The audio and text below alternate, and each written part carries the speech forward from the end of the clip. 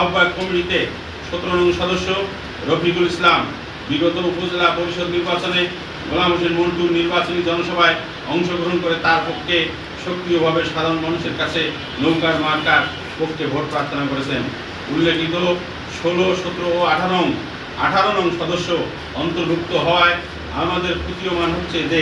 ত্যাগীদের মূল্যায়ন না করে অর্থের বিনিময়ে ফ্যাসিবাদী ও আওয়ামী সমর্থিত ও আওয়ামী লীগের দোসর জাতীয় পার্টির কর্মীদেরকে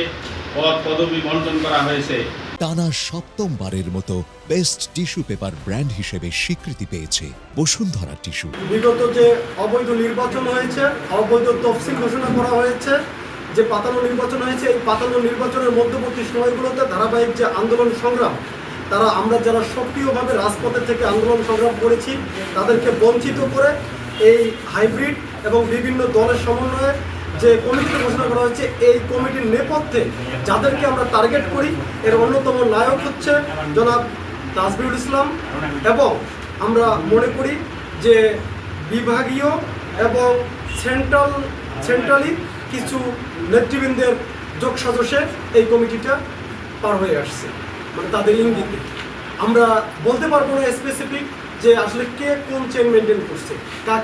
কে কীভাবে বুঝিয়েছে আমরা জানি না। তবে যদি সত্যি এই উলিপুরের মাঠ পর্যায়ে জরিপ করে এবং তথ্য উপাত্ত সংগ্রহ করে যদি আমাদের এই উলিপুরের কমিটি মূল্যায়ন হতো, তাহলে এইখানে যারা আপনারা দেখতেছেন এর বাইরে কমিটি দেওয়ার কোনো সুযোগ ছিল না।